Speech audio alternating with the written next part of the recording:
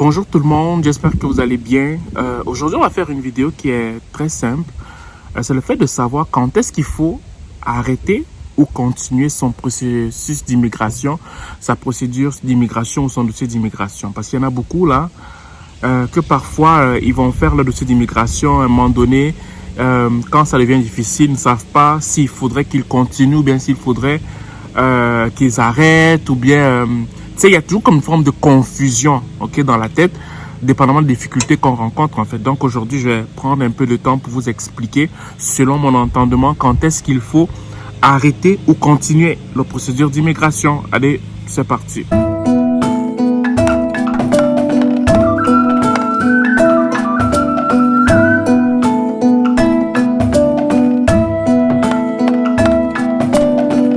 Salut, j'espère que vous allez bien. Bien avant de commencer, je me prénomme Junior Thierry Mbaïko. Je suis consultant en immigration en devenir. Oui, j'ai fini ma formation de consultant en immigration, mais je n'ai pas encore le droit d'exercer tant que je n'ai pas fait l'examen du CRCIC. Donc, prenez votre mal en patience pour ceux ou celles qui seraient intéressés à faire l'immigration avec moi. Pour aujourd'hui, on va parler vraiment d'un sujet qui va vraiment pas prendre beaucoup de temps.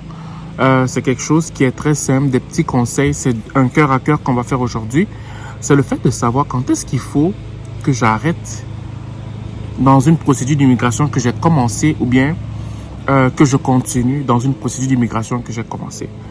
Ben moi, je ne prendrai pas la question sous cet angle, je reposerai la question différemment. Quand est-ce qu'il faut commencer une procédure d'immigration? Bien avant d'arrêter ou de continuer. Parce que si tu sais quand est-ce qu'il faut commencer, toi-même tu sauras s'il faille arrêter ou continuer, dépendamment de tes moyens, dépendamment de ta patience et tout en fait. Ok? Pour moi là, bien avant de parler d'arrêter ou de commencer, d'arrêter ou de continuer, il faudrait d'abord savoir où commencer la chose. Pour moi, quelqu'un qui n'a pas d'abord vérifié s'il est qualifié à une procédure d'immigration ne devrait même pas parler d'immigration. Je recommence. Quelqu'un qui ne sait pas s'il est qualifié ou quelqu'un qui ne vérifie pas s'il est admissible à un programme d'immigration, s'il remplit les critères pour faire un programme d'immigration, ne devrait même pas parler de commencer ou d'arrêter une procédure d'immigration.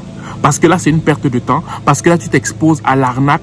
Parce que tu t'exposes à un rêve qui risque de ne jamais être une réalité. Tu t'exposes au fait de te blesser en te disant que le Canada est ceci ou cela, en fait. OK? Pour moi, tant qu'une personne n'a pas vérifié son admissibilité à un programme d'immigration, cette dernière ne devrait même pas parler d'aller au Canada. Pourquoi? Parce que tu es en train de te faire du mal. Tu es en train de te séduire. Tu es en train d'être dans Alice au pays des merveilles. Parce que tu n'es même pas encore sûr que tu es qualifié pour entrer dans un tunnel qui ne prend que certaines personnes en fait. On va prendre un exemple. Ce serait comme quelqu'un qui veut aller dans un collège privé qui admet certains étudiants en fonction d'une note de passage. Ok? On va prendre un exemple très simple pour que vous compreniez ce que je veux dire. Ce serait comme si tu allais dans un collège X. Et on dit que pour prendre des élèves dans ce collège-là, ok, il faudrait une note de passage de 12 sur 20. Ok? Tant que tu n'as pas la note de passage de 12 sur 20, on ne peut pas t'admettre dans le collège. Donc, qu'est-ce qu'on va faire? C'est que les parents vont envoyer leurs étudiants pour faire un examen afin de voir si l'enfant a au moins 12 sur 20. Ou bien, les parents vont regarder dans les précédentes notes des étudiants, de leurs enfants, dans leur bulletin de notes, s'ils atteignent au moins la note de 12 sur 20 pour voir s'ils sont admissibles pour entrer dans ce dit collège-là, en fait. Il en est de même pour l'immigration. L'immigration a des critères de base. N'écoutez pas ceux qui vous mentent là, qui vous racontent n'importe quoi. L'immigration a des critères de base que si tu n'en remplis pas ces critères, tu ne peux même pas rêver d'aller au Canada. Et c'est la raison pour laquelle moi, je conseille toujours des gens que s'ils pensent aller au Canada, mieux vaut dépenser et rencontrer un consultant d'immigration qui regarde ton profil et te dit si tu es admissible à un programme d'immigration que de rester dans ton coin ou rêver et te dire je vais aller au Canada, quand je vais avoir ceci, quand je vais avoir cela, je vais aller au Canada. Ça, te faire du mal à toi-même. Ou des gens qui sont assez futés, qui peuvent eux-mêmes aller lire sur le site d'Immigration Canada pour voir s'ils sont admissibles à un programme d'immigration. Et à partir de là, on peut commencer à parler d'immigration. Mais tant qu'on n'est pas admissible, tant qu'on ne remplit pas les critères d'un dit programme, de tel programme d'immigration ou tel autre programme d'immigration, ne parlons pas du Canada parce que c'est se faire du mal pour rien. C'est se séduire ou bien s'exposer à l'arnaque des personnes qui sont juste là en train d'attendre, ceux ou celles qui sont assez ignorantes, pensant aller au Canada en un claquement de doigts en fait. Ça ne marche pas comme ça.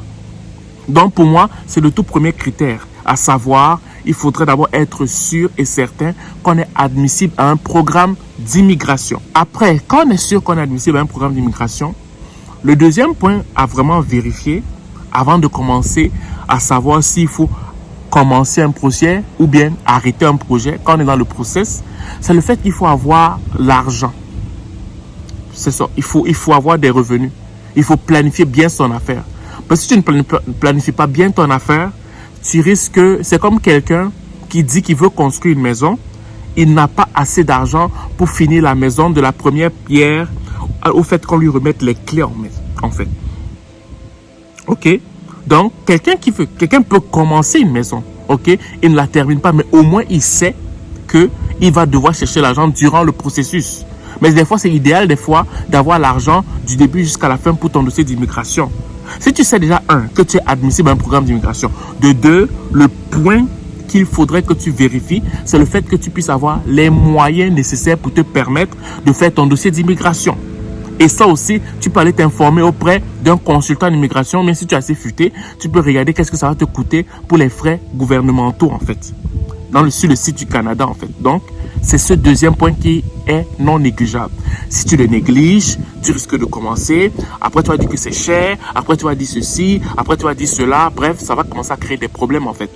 Donc, le deuxième point, c'est après avoir vérifié ton admissibilité à un programme d'immigration, il faudra aussi vérifier maintenant si tu as assez de moyens pour pouvoir subvenir aux besoins qu'il faut pour pouvoir payer soit le consultant d'immigration si tu fais affaire avec un consultant ou si tu vas aller seul.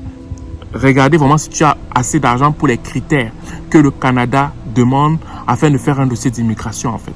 Et le troisième point et pas des moindres, avant de commencer un dossier d'immigration, c'est de vérifier si c'est réellement un consultant en immigration reconnu par le Canada avec qui tu vas faire affaire.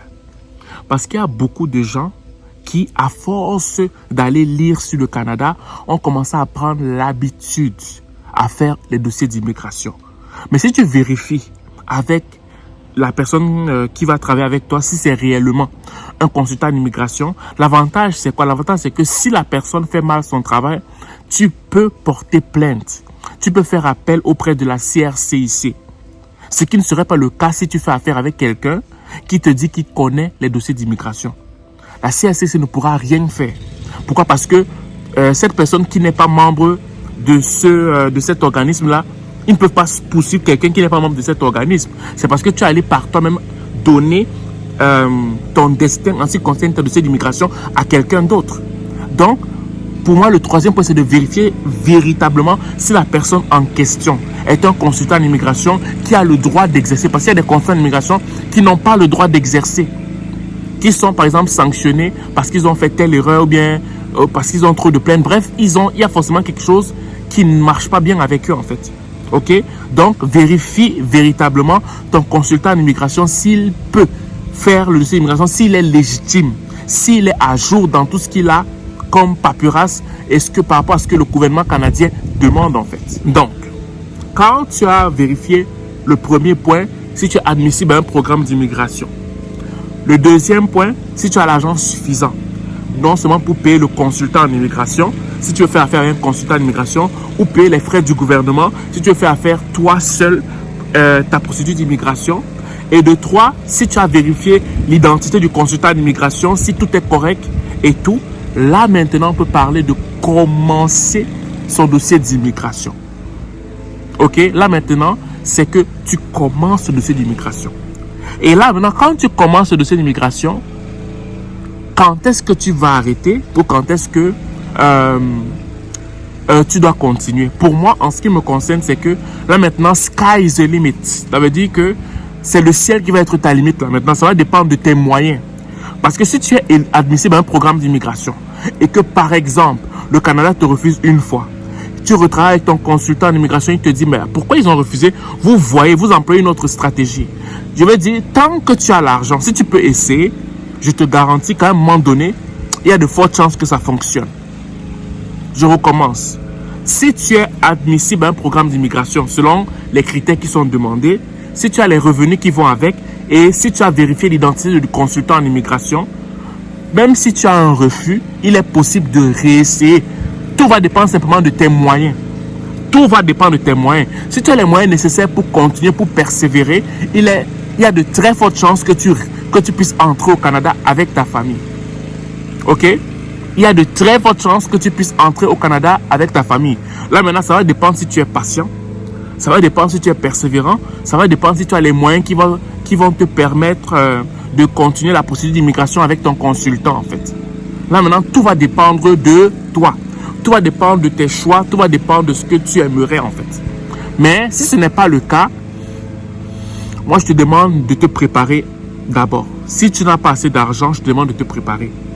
Si dans les 3 points que j'ai cités, tu n'as pas vérifié un point manque, vérifie d'abord avant de te lancer parce qu'il y a beaucoup d'arnaques et je n'ai pas non plus envie que même si tu fais affaire avec un consultant en immigration reconnu par le Canada, tu n'as pas assez d'argent pour terminer ton dossier d'immigration ou que tu partes par toi-même et tu n'es pas sûr du programme d'immigration. Fait essaye d'abord d'être sûr et certain que les 3 points que j'ai cités soient respectés bien avant de te lancer, de peur que tu ne perdes ton argent. Donc en gros, mes frères et sœurs, c'est ce que je voulais vous dire. Il y en a plusieurs qui étaient dans la confusion. J'espère que cette courte vidéo va vous aider. Donc ne vous découragez pas. Ok, si vous avez rempli les critères pour devenir consultant en immigration, pour être qualifié à un programme d'immigration, ben voilà, allez-y, lancez-vous. Là, ça va simplement être vos revenus qui peuvent vous mettre la limite en fait. Ok? Donc sur ce, passez une belle journée ou une belle soirée dépendant de vous m'écouter. Ciao!